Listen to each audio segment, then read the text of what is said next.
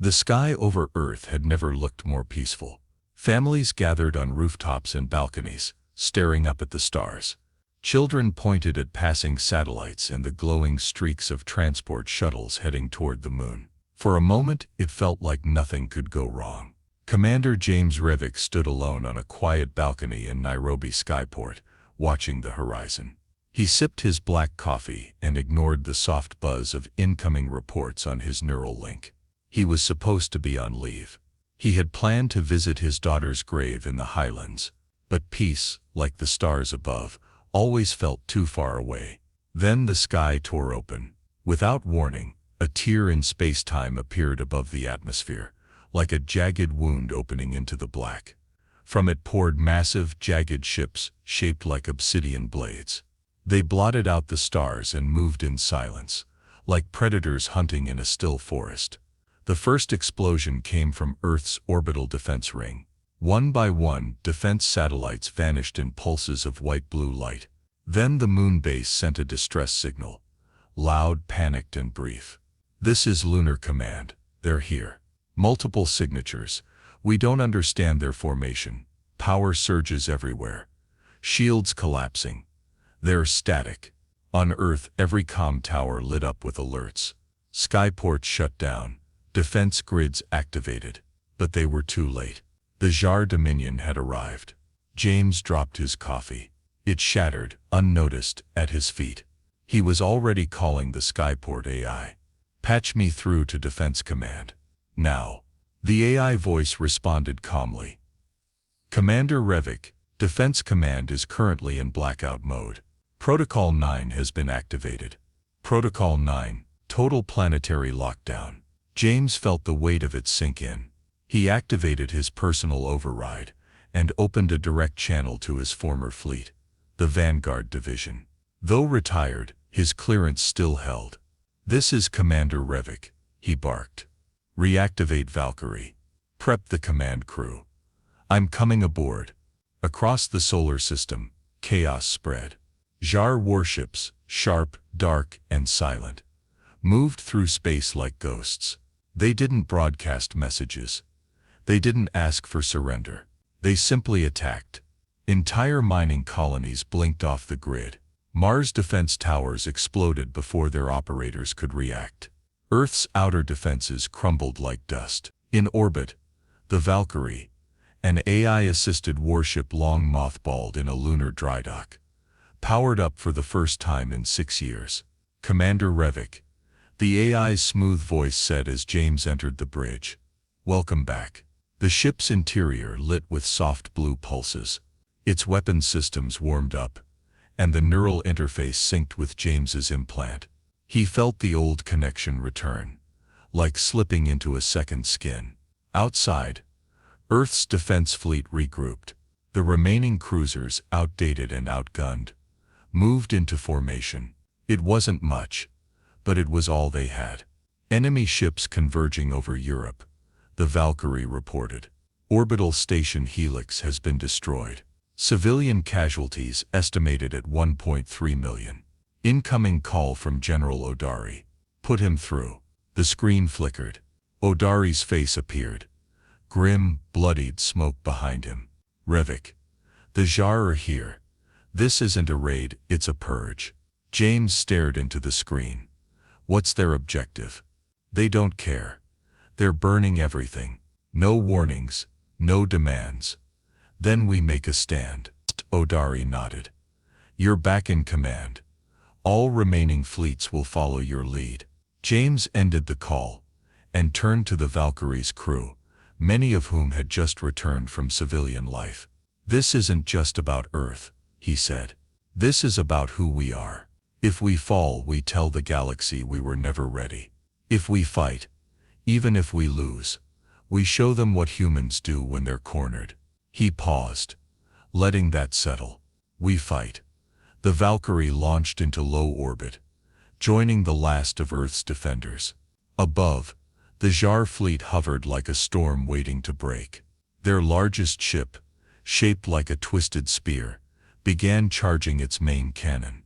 And across Earth the sky burned. The Earth skies were no longer blue.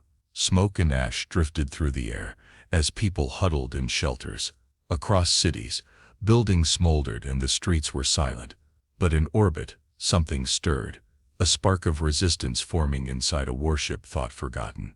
The Valkyrie, once Earth's most advanced warship, now flew again under the command of James Revick. Inside the command deck, James stood before his officers. Many were veterans. Some were too young to remember the Orion raids, but all of them carried fear in their eyes. James didn't hide his. He let them see it. And see it. "I'm not here to lie," he began, his voice calm and direct. "We're outnumbered, outgunned, and this enemy doesn't care about peace. They're not here to rule, they're here to erase." Silence hung heavy. "But we have something they'll never understand," he continued. "We're human. That means when they push, we push back harder. When they hit us, we get back up. And when everything is lost, we still find a reason to fight." He paused and looked at each of them. "We are the vanguard." The line they didn't expect. The crew gave a quiet nod. Fear still lingered, but it was no longer in control. Hours later, a secure channel opened between Earth's remaining command centers. The leaders of the Terran Defense Council, Martian colonists, and rogue AI networks were called into an emergency summit. It was hosted in a hidden virtual space, a clean gray chamber with holographic seats circling a central table. Each leader appeared as a glowing figure. General Odari represented the council, his expression hardened from hours of battle. Captain Vale, leader of the Martian rebels, wore old combat armor and a permanent scowl. The AI called Thren, once a security network, appeared as a shifting form of light and wire. And then there was James Revick, standing tall in his military jacket, silent until spoken to. Odari spoke first. "We've lost contact with half our outer systems. Venus went dark 2 hours ago. We believe the Jar are disabling communications before they strike." Captain Vale leaned forward. "And you still want us to sit and talk while cities burn?" Odari frowned. "You walked away from Earth, Vale. Don't pretend you're here for loyalty." Vale snapped. "I'm here because the Jar don't care who we are. You think they'll spare Martian soil?" Revick raised a hand. "Enough. This isn't about old fights. It's about survival. Right now, Earth's last hope is unity. We need every fighter, every ship, even every AI." All eyes turned to Thren. The AI's voice was calm but carried weight. "I am not bound by human laws anymore. But I remember my purpose: protection. If humanity falls, there will be nothing left to protect. I will assist." Odari looked tired. "Then what do we do?" James took a breath. "We strike back. But smart. We can't fight them head-on. We need intel, their weapons, their fleet patterns. Something they won't expect." He looked around the room. "We hijack one of their ships." Vale's eyes widened.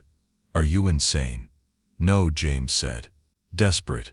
That night, in the Valkyrie's war room, the plan was drawn. Operation Emberline, a stealth mission into Jar-occupied space. The goal: board and seize a smaller Jar vessel. Use its systems to access their fleet network. Find out what they're hiding, and stop it before it reaches Earth. James would lead the mission himself. Vale, suspicious but intrigued, agreed to send her best fighters. Thren, though unable to leave the network, would assist through remote hacking systems. Odari promised backup if the mission succeeded. They had less than 72 hours before the Jar launched their second wave. Before departing, James walked through the Valkyrie's main corridor. The ship's walls hummed quietly, pulsing with blue light. It felt alive. He paused at a small memorial wall, names of the fallen etched into metal. Among them, his wife's name, his daughter's. He touched it gently. "I won't let them be forgotten," he whispered. As he turned to leave, the ship's AI spoke again. "Commander, you were not built for war, and yet you lead it." "I didn't choose this," James replied. "But I won't run from it either." The Valkyrie lifted off from Earth orbit, heading toward the edge of the Orion expanse. Behind it, the last of humanity's forces prepared for battle. Ahead, deep in enemy territory, waited the truth. The stars around the Valkyrie grew thin as the ship entered the Orion Expanse, a dark region of space known for unpredictable gravity currents and hidden dangers. It was a place of silence and shadows, where signals vanished and ships were often never seen again. This was Jar territory now. Commander James Revick stood at the command deck, eyes fixed on the screen showing the path ahead. Thick clouds of cosmic dust blocked most visuals, and the deeper they went, the stranger the readings became. Space didn't feel natural here. It felt manipulated. "Cloaking stable," reported the pilot. "No signs of Jar patrols within our immediate range." James nodded. "Maintain stealth. Stick to the flight vector," Thren calculated. The AI, speaking through the ship's speakers, responded in its calm voice. "Jar vessels operate in swarm patterns. If we are detected, we will not face one ship. We will face many." James already knew that. They all did. In the briefing room he met with his strike team. Captain Vale stood at the front, arms crossed, while two of her best Martian fighters checked their equipment. She looked at James as he entered. "Still think this is going to work?" she asked. James gave a short nod. "It has to. If we don't learn what they're hiding, Earth won't survive the next attack." Vale sighed and tapped her helmet. "Then let's get it done." The team reviewed the plan. A small Jar frigate had been identified on a supply route near a dormant asteroid cluster. It was isolated and lightly protected. A rare opportunity.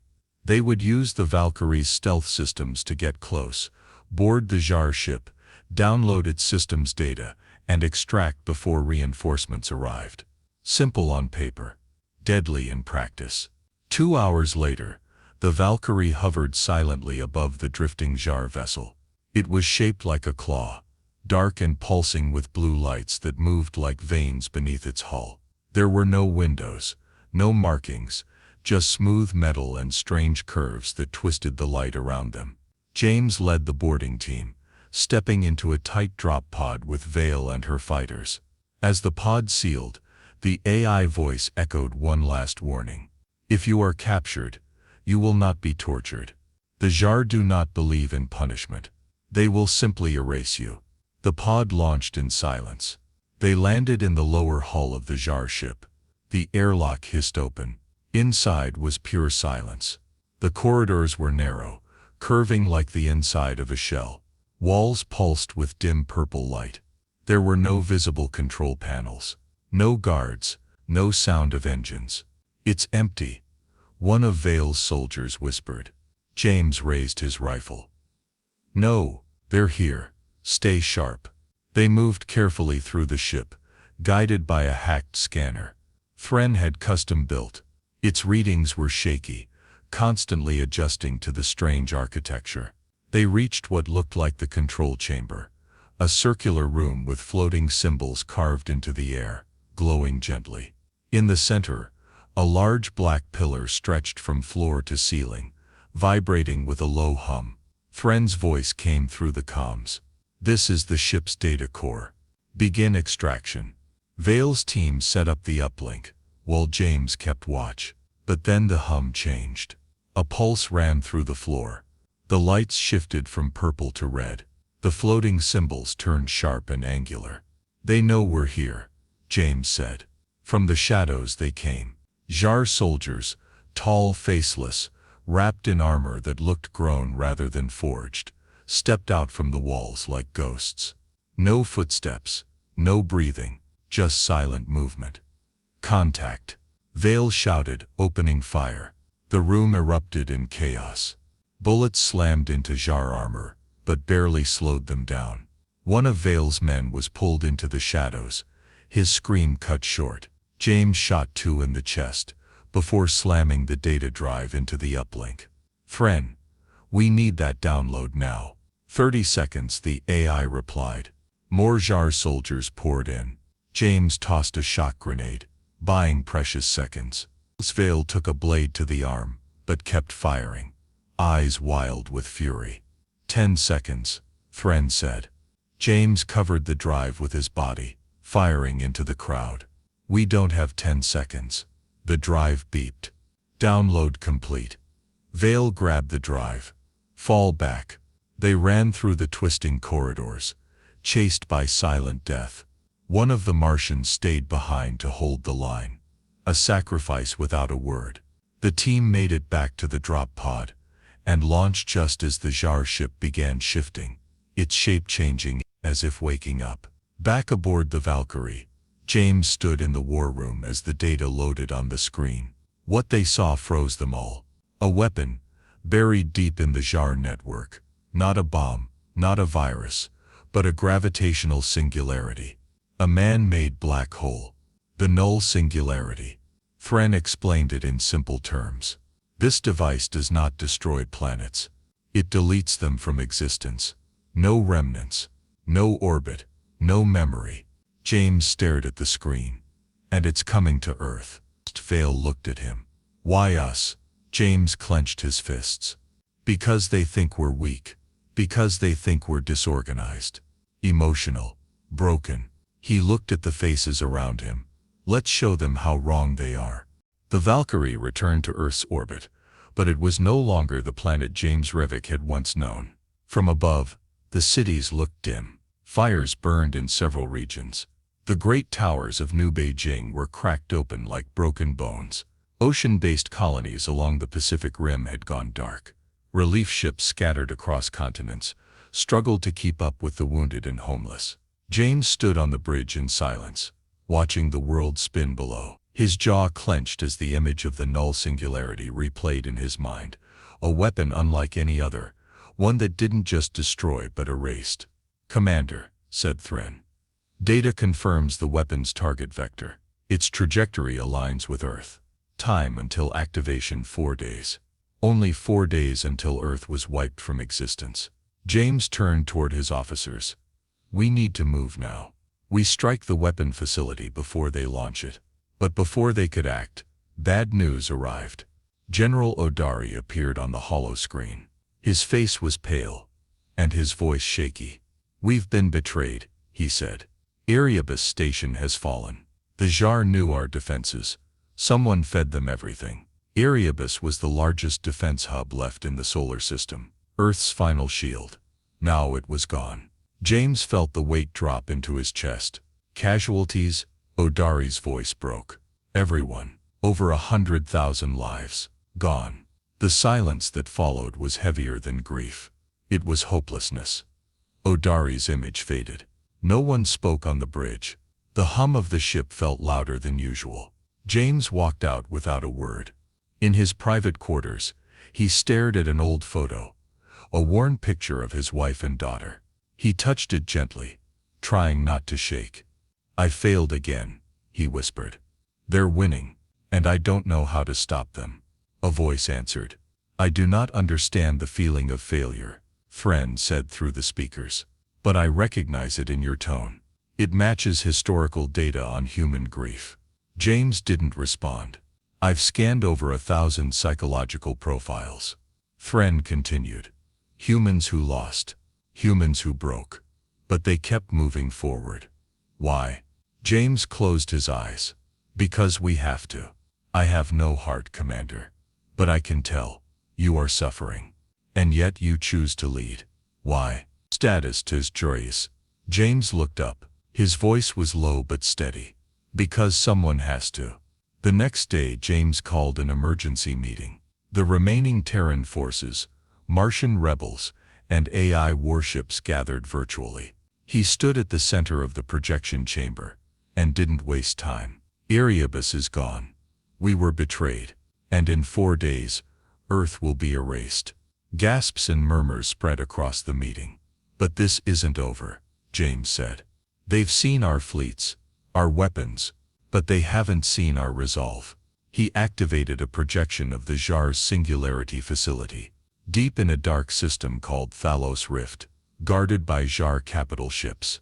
We're going to attack this station, James continued.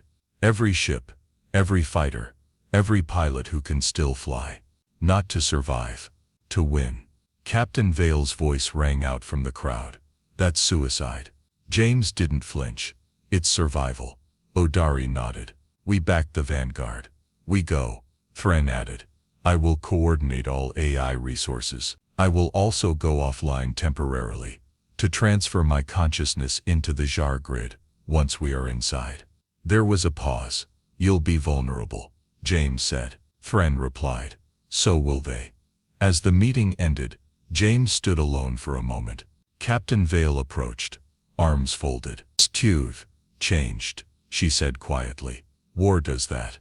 Not war. Loss. James nodded. I lost everything once.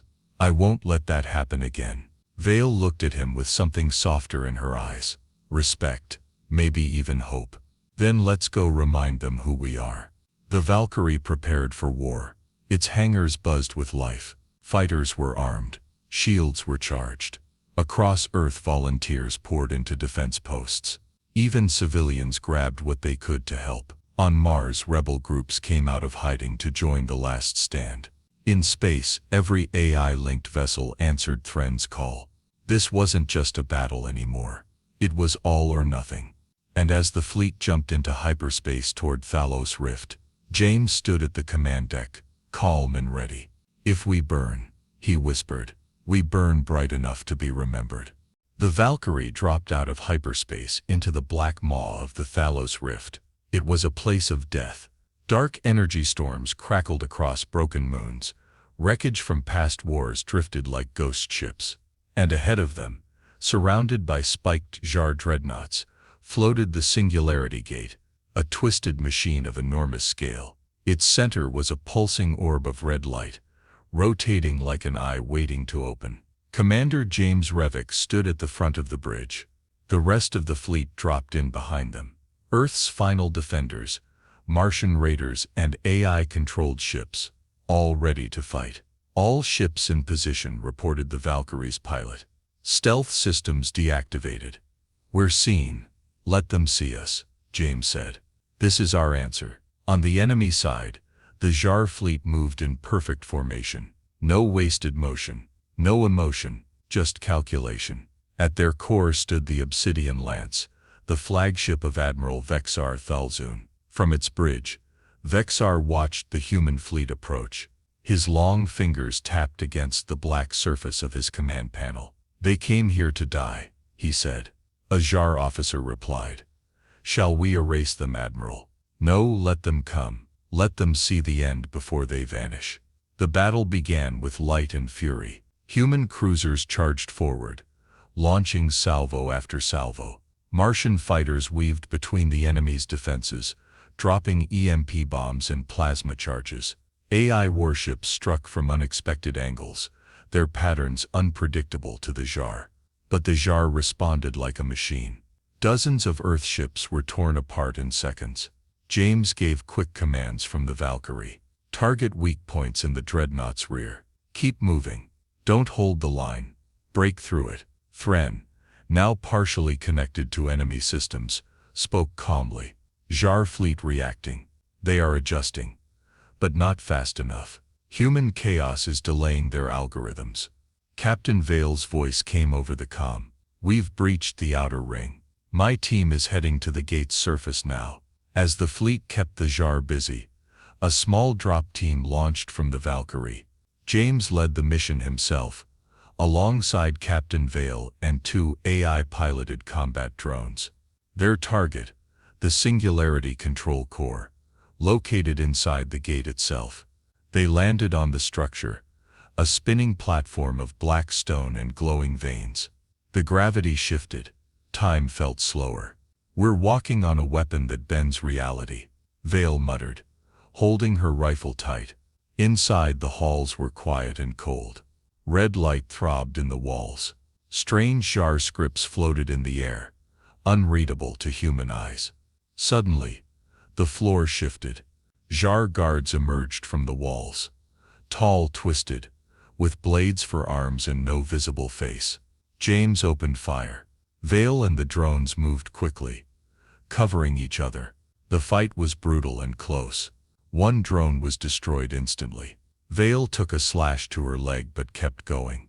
They reached the control chamber, a huge hollow sphere with a suspended orb in the center. It pulsed with power, glowing brighter with each second. Friend, James said, we're at the core.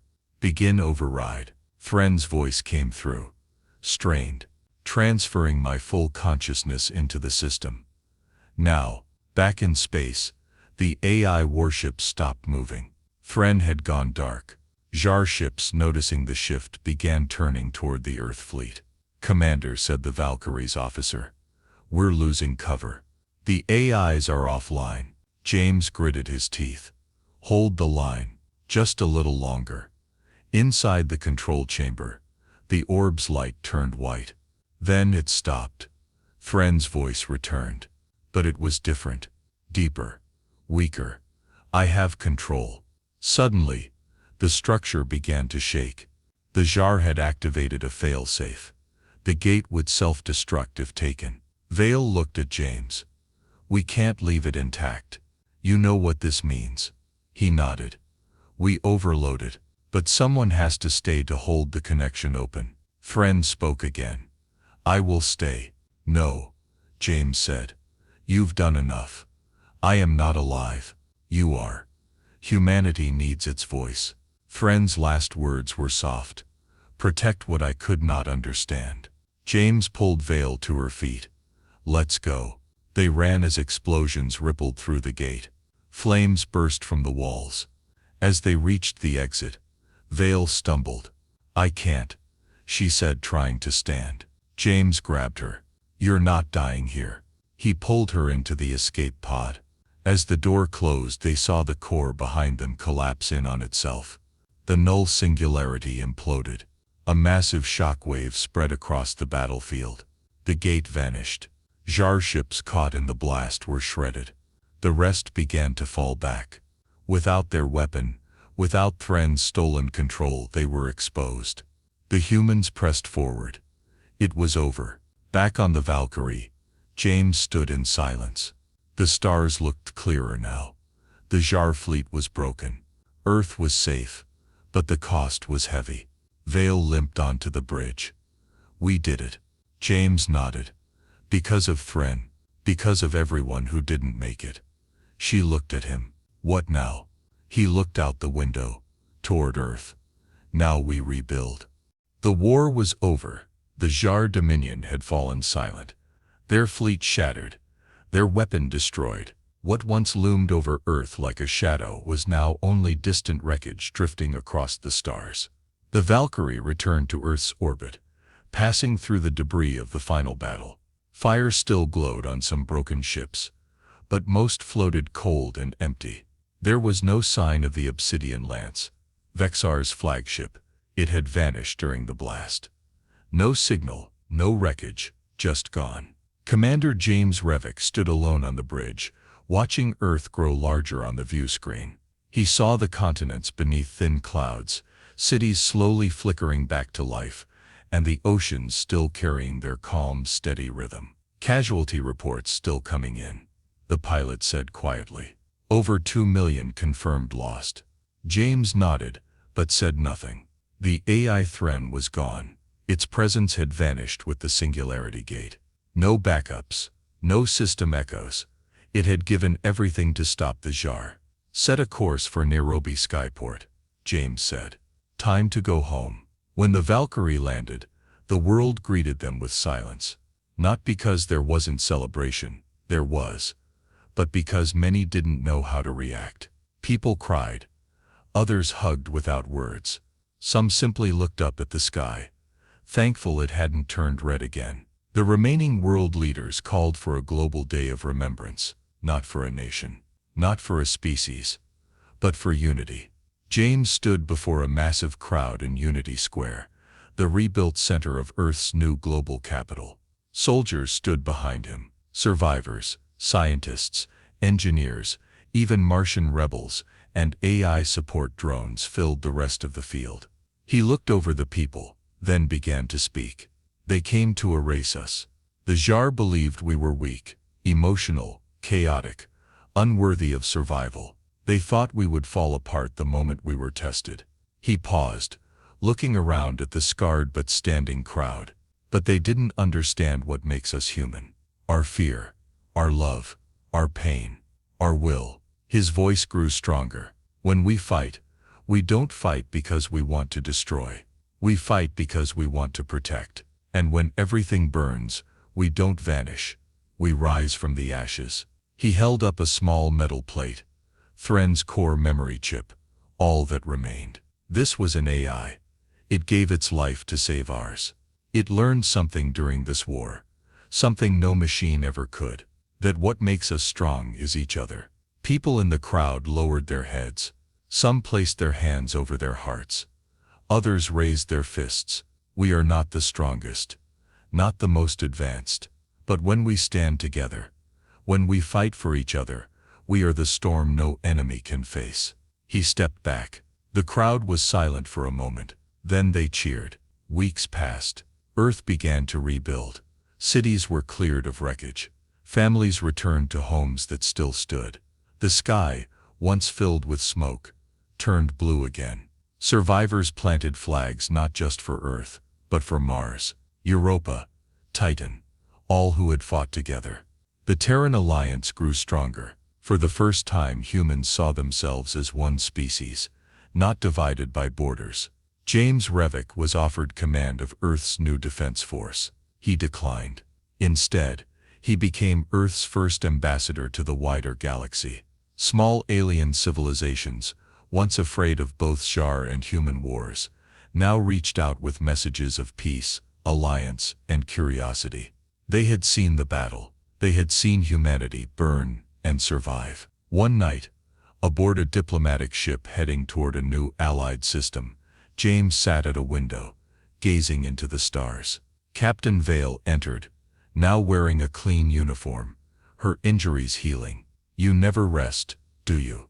she asked, sitting beside him. He smiled slightly. "Rest later, explore now." They sat in silence for a while. Then she said, "Do you think they'll ever come back? The Jar?" James looked out into the dark. "Maybe, or maybe something worse. But next time, we'll be ready." She nodded. "Because of you." He shook his head. "Because of all of us." The stars shone above, endless and full of unknowns. But Earth had found its place among them, not as a broken world, not as a forgotten race, but as a storm, wild, human, and unshakable.